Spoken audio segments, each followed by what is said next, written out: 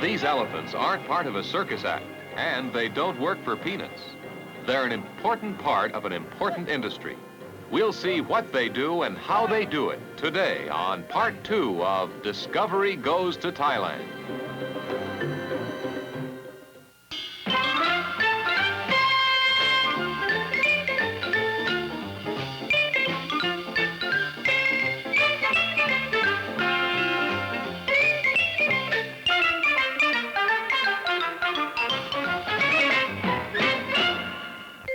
Discovery 67, the award-winning program for young people with Bill Owen and Virginia Gibson. Brought to you by...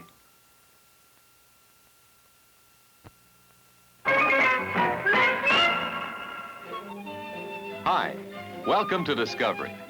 Last week we were in southern Thailand to see what life is like for the people who live in that beautiful and prosperous country of Southeast Asia. We visited the family of Suwan Putachan, who live along a canal just outside of Bangkok. We met Tanyu and Tipawan and saw how they go to school in a dugout canoe, much as you might take the school bus at home. Their school, like most of the schools in southern Thailand, is in a Buddhist wat, and we found out how young Thai children are exposed to their country's gentle and serene religion at an early age. Many of the young monks didn't look too much older than Tanyu and Tipawan themselves. We also took a trip with Tanyu and Tipawan and their father and brother to Bangkok's famous floating market, where you can buy anything from fried bananas to curry chicken to jellied eels. As far as Tanyu and Tipawan were concerned, though, their favorite was still coconut ice cream. Now we've come to another part of Thailand, to the northern part of the country, to find out what life is like in the land of trained elephants and teak forests. Today we've come to the province of Lampong in northern Thailand to tell the story of two young families and an international organization of people who care what happens to children and their parents. One family lives here in this rented house by the side of the road that stretches between the town of Lampong and the village of Mungao. You know, Bill, this part of Thailand is considerably different from what we saw last week in Bangkok. Here the people don't depend on rice or fruit or vegetables for their livelihood. Here the forest is important, the huge teak trees, and the elephants who do much of the work.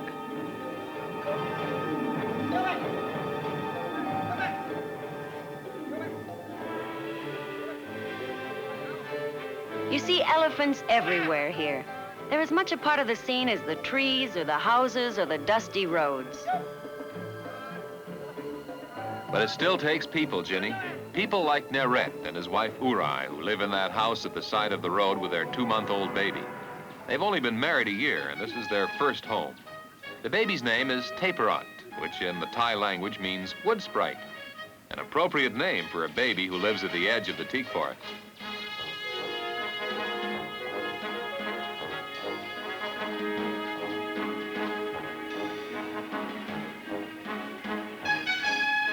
The other family, who are part of our story, actually live within the forest in a lumber camp. This is Moon. He's not quite as fortunate as Naret. Because of the primitive living conditions in the lumber camp, his wife Mao and their 2.5-year-old daughter can visit him for only a few days at a time. But no matter how they live, both Naret and Moon know that their lives are far better today than they were a few years ago because of an international organization that means much to the people of Thailand. That organization of people who are concerned about children and their future is UNICEF, the United Nations Children's Fund. It has cooperated with the government of Thailand to build and operate this rural health center in the village of Mungao. There's Mr. Chunsak. He's the highly trained health officer who lives in a house just behind the center, close to his work.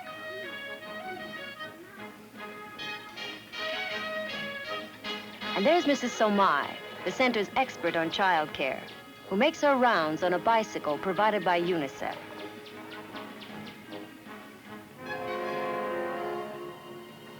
But if it weren't for the vast forest around them, neither Naret nor Moon, nor their families, nor even the health center would be situated near the Thai town of Lampong. For that matter, there might not even be a town. Next to the growing of rice, teak is Thailand's most important industry. Thousands of Thais, like Naret and Moon, depend upon it for their daily existence. They also depend upon the highly trained elephants who've learned to do work that no machine has been able to duplicate.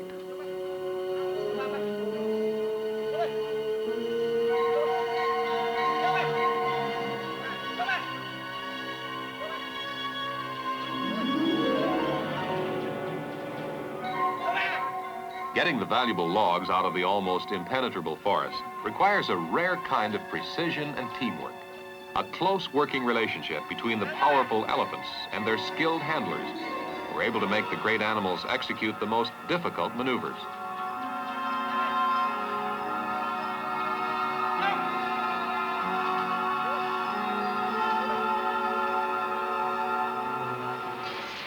Eventually, the heavy logs are brought to a sawmill to be cut into boards and beams that will make the tables, cabinets, desks, and chairs that will find their way into homes as far away as Japan, Australia, England, the United States, and Canada.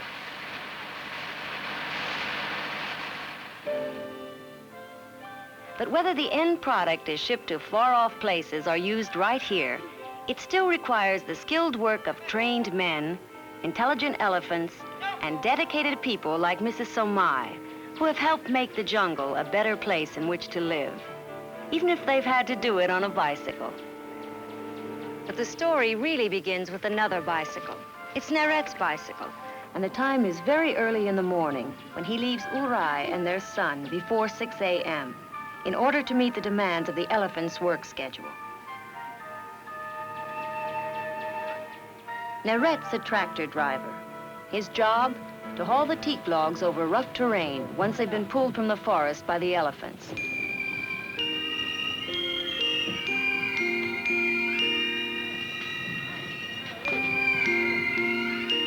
Moon's job, unlike Naret's, requires that he be at work even before dawn. Each morning before the sky lightens, Moon must go into the forest to find the elephant that is his special charge. The reason for this is that during the night hours, work elephants are released to fend for themselves, finding bamboo and banana leaves to feed on.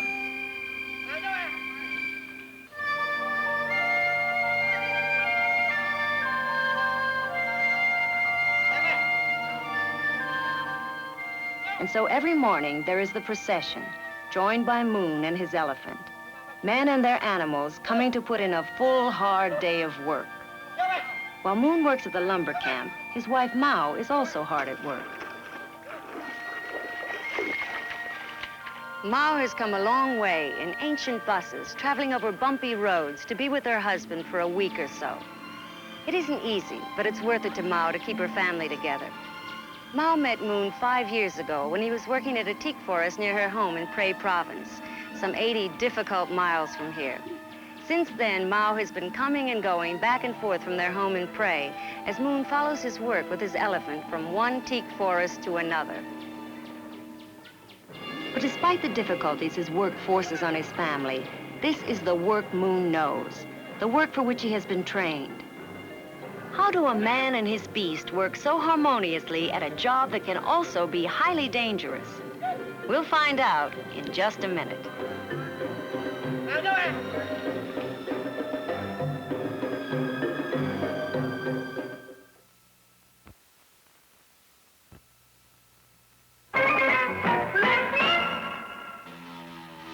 Deep in the teak forests of Thailand, the most common sound you hear is the power saw biting into the hard wood. It's exacting, highly specialized work, making the right cut in the tree at the right spot so it will fall in the right place, endangering neither man nor animal nor other trees.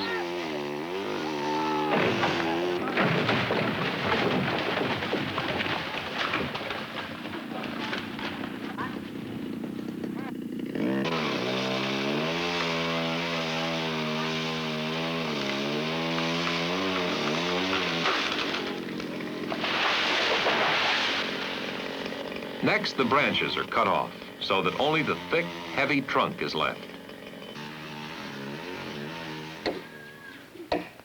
Now that the tree is down, how do you get it out of the thick teak forest? That's where the elephants come in. This fallen tree is the last of a specified licensed quota in this district. It'll be the responsibility of Moon and Gao Tai Mai and their elephant, Boon Sing. First, the elephant is placed into position with his back to the log.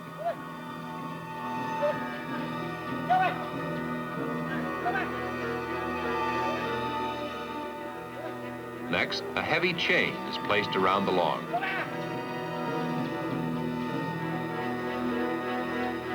Then, when the chain is secured, the elephant begins to drag the log out of the forest and into a clearing.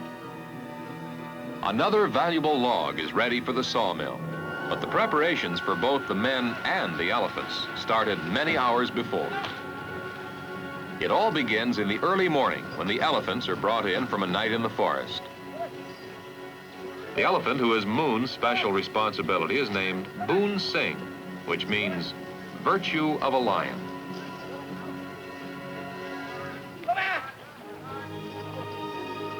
Every elephant working in the Thai teak industry has two men who work with him. One works on the ground. He's called a quanteen. Moon is a quanteen. He rides his elephant only before the day's work and after it. Thai work elephants are treated in many ways like human workers. They work 7 hours a day, they get summer vacations, and they retire at the age of 60. Preparing an elephant for the day's work involves a set routine. Having brought Boon Singh from the forest, Moon now prepares to get off the elephant. It's the task of the quangkor, in this case Moon's partner, Cow Tai Mai, to ride the elephant's head while it works. Boon Singh is trained to help the quanteen and quangkor dismount and mount onto his head. At a verbal signal, the animal shifts his weight to his left foot, then bends his right knee, providing a perfect portable and collapsible stepladder. Once astride the animal, the quangkor goes about arranging the complicated saddle which the elephant wears to protect him from the chains which he will drag in his work. The saddle's made of wood and woven tree bark. It's made by hand by the quanteen and quangkor during the hot summer months when the elephant is on vacation. While the quangkor is busy arranging the saddle, Moon fastens the last straps into place. Both men and beast are now ready for the hard work ahead. A trained elephant knows his job well, but it still requires the quanteen and the quangkor to guide him to the proper trees and tell him what to do. The quanteen on the ground and the quangkor on his head never leave him while he's at work. The elephant is trained to respond to two sets of commands, orders he can hear and orders he can feel. The barefooted quangkor sits on the elephant's head and with his feet, knees, and legs tells the animal whether he wants him to go forward, backward, left or right, faster or slower, and start or stop. At the same time, there are verbal commands. And an elephant may have to know his commands in several dialects, so different that they are virtually separate languages, depending on whether the quangkors grew up in the northern, central, or southern parts of Thailand.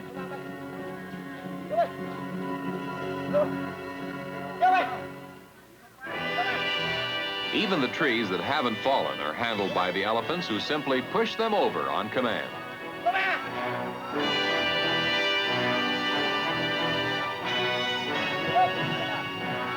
And if the tree won't topple the first time around, the patient and persistent elephant simply tries and tries again.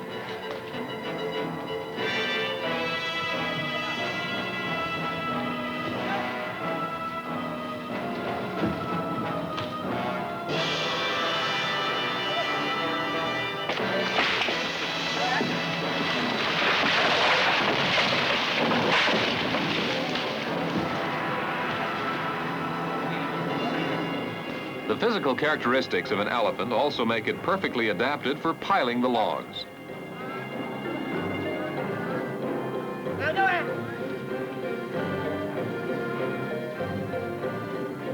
In addition to its tremendous strength and endurance, the elephant uses its trunk to secure a firm grasp on the log, while at the same time using its tusks as a convenient tray to prevent the log from falling.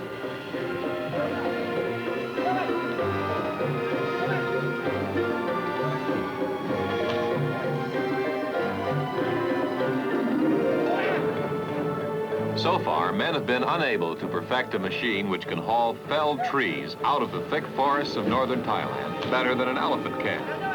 And so the teak forests of Thailand remain the elephant's domain.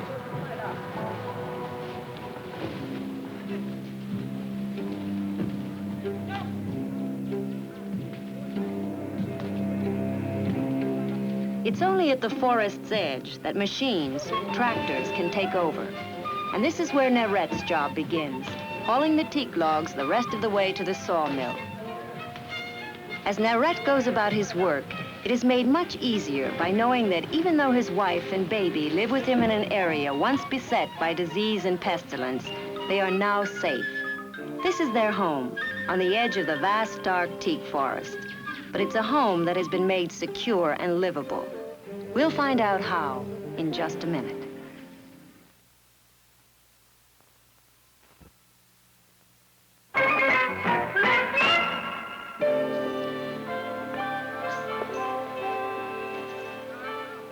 The Elephant's Day ends back at the lumber camp. The animals are brought here where their harnesses and saddles are removed and hung up to dry.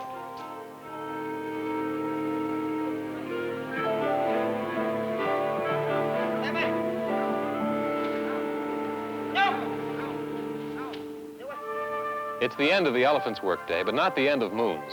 As a Quantine, he's responsible for looking after Boon Sing through the rest of the daylight hours in the forest, when the elephant is let loose to forage for the endless supply of leaves and twigs on which he lives. It's early afternoon, and despite the heat, life along the Lampang Mungao Road continues. Naret is still at work on the tractor, hauling logs to the sawmill. And for his wife, Urai, there is also work. An important part of it is going to the community well for drinking water. This well, together with rainwater that is caught in giant jars, supplies Urai and her neighbors with the water their families need for drinking, cooking, and washing. Their family's health depends on the purity of this water. To make sure that the water is pure is just one of the many jobs of the health center's Mr. Chansak. 3 and sometimes 4 times a week, he visits all of the wells in the district and looks for signs of possible contamination. At least once a week, Mr. Chansak takes a sample of the well water for chemical analysis. While the health officer makes sure that the water supply is usable, Mrs. Somai, the midwife, makes her rounds among the young mothers of the village.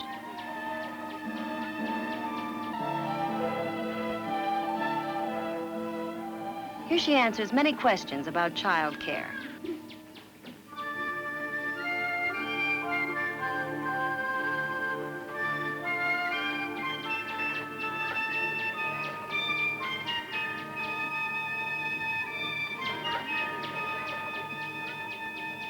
Then when it's time for the baby to have a complete checkup, Urai knows that this too is available. About once a month, she boards the bus that runs down the Lampang Mungao Road, passing through the countryside she has gotten to know so well. It's her home now, the place where her husband works and where her baby is growing up.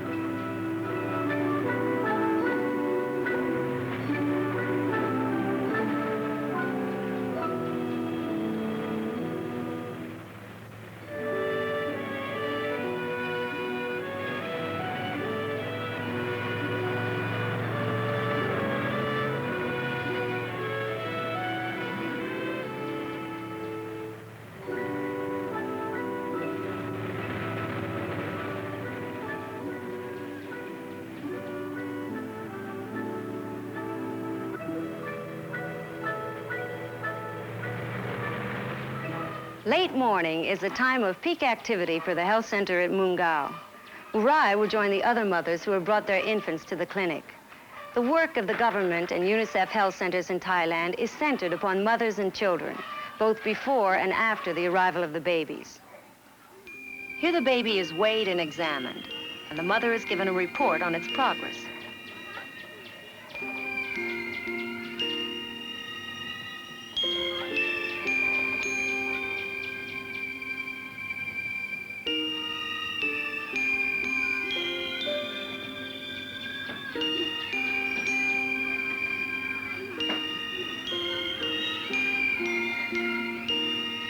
Years ago, before UNICEF's arrival in Thailand, there were only 10 health centers in all of Lampang province.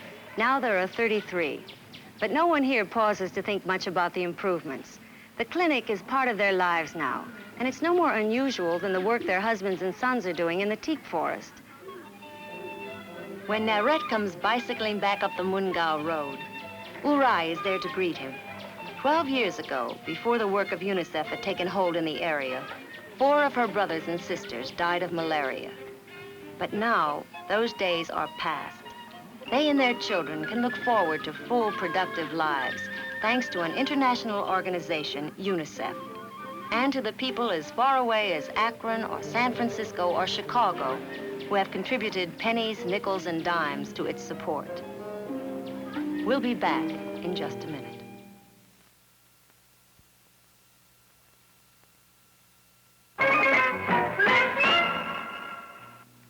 We hope you've enjoyed Discovery's visit to northern Thailand. Next week, we'll be back in the United States at Mesa Verde National Park, Colorado, when Discovery visits the Stone Age Americans. We'll meet an American girl named Esther, who lived in Colorado before Columbus discovered America. Be with us next week. Bye-bye. Bye. The Discovery Production Unit's foreign transportation arrangements provided by Alitalia Airlines.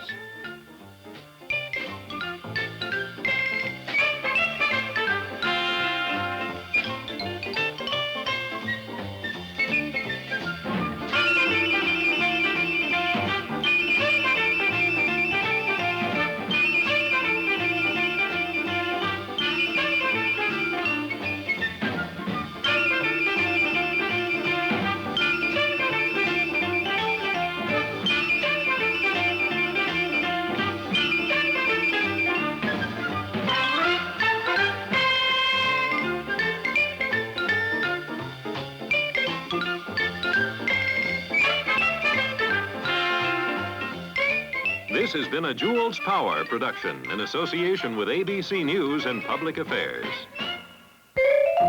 Discovery 67 has been brought to you by